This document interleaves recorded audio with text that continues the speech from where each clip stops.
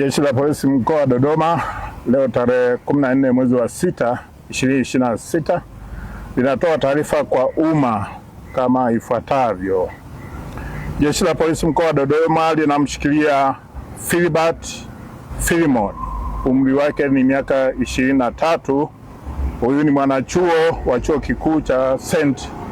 John's aliyehusika katika tukio la kuchoma chumba moto na kusababisha vifo vya watu wawili ambao ni Rebecca James na Felista Peter huko mtaa wa Kikuyu Dodoma mjini tarehe 7 mwezi wa 6 mwaka huu 2026 majira ya saa 8 za usiku. Baada ya tukio hili la uhalifu kutendeka, Jeshi la Polisi Dodoma lilifanya uchunguzi wa haraka na wenye umahiri wa hali ya juu uliofanikisha kubainisha kuwa tukio hili limetendwa na mtuhumiwa huyu.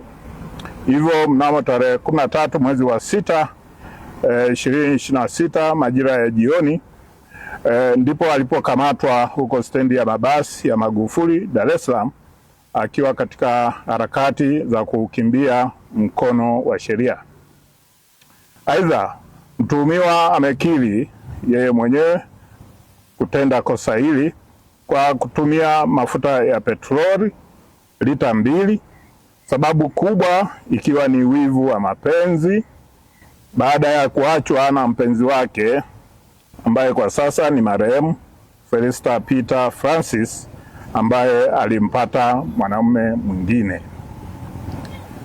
Jeshi la Polisi mkoa wa Dodoma linatoa wito na kuwaasa wananchi na wanavyuo wa elimu ya juu kuacha kujiingiza kwenye vitendo vya kihalifu kama ilivyo katika tukio hili, na wasihi wanavyuo kuendelea na masomo yao ipasavyo huku wakizingatia sheria za vyuo na za nchi katika kujiepusha na vitendo visivyozingatia maadili mema ya Mtanzania, matumizi ya madawa ya kulevya, matumizi ya mitandao ya kijamii katika kupanga na kushiriki uhalifu.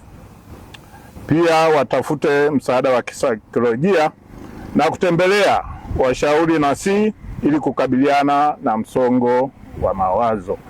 Global TV, kimbilio la wasio na sauti. Tupigie sasa.